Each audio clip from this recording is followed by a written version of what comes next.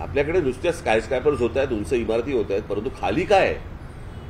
आज पुण्यासारखी परिस्थिती, पुण्यात तुम्ही जाऊन बघा, तुम्ही थायलंडला जाऊन बघा, नुसते मोनोरेल्स आणि ह्यांच्या तुमच्या फ्लायओव्हर्स आणि ब्रिजेसने ह्यांनी नाही प्रश्न सुटणार. तुम्हाला व्हेकल कंट्रोल करायला लागतील. आज अनेक ठिकाणी तुम्हाला आठवत असेल, मागे एक आंदोलन झालं होतं, तुम्हाला आठवत आहे, आम्ही पक्षातर्फे घेतलं होतं खोट्या टॅक्सी आणि खोट्या रिक्षांचं. आज असंख्य प्रमाणामध्ये, हजारोच्या प्रमाणामध्ये आज तुम्हाला खोट्या टॅक्सी आहेत, खोट्या रिक्षा आहेत, ज्यांना लायसन्सेस नाही आहेत. कोण चालवतंय, कोणाच्या नावावरती परमिट आहे, कोण चालवतंय, काही नाहीच आहे, त्याला दरबंदच नाही त्याला. याचं कारण कोणी तपासणार नाही, कोणी त्याच्यावरती विचार करणार नाही.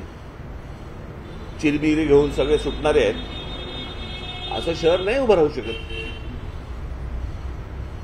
त्याच्यामुळे आजचा माझा जो विषय होता तो हा होता.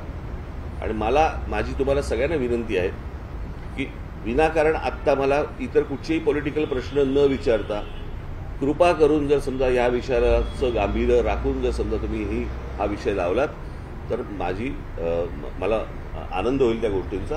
एवढीच फक्त माझी तुम्हाला विनंती आहे.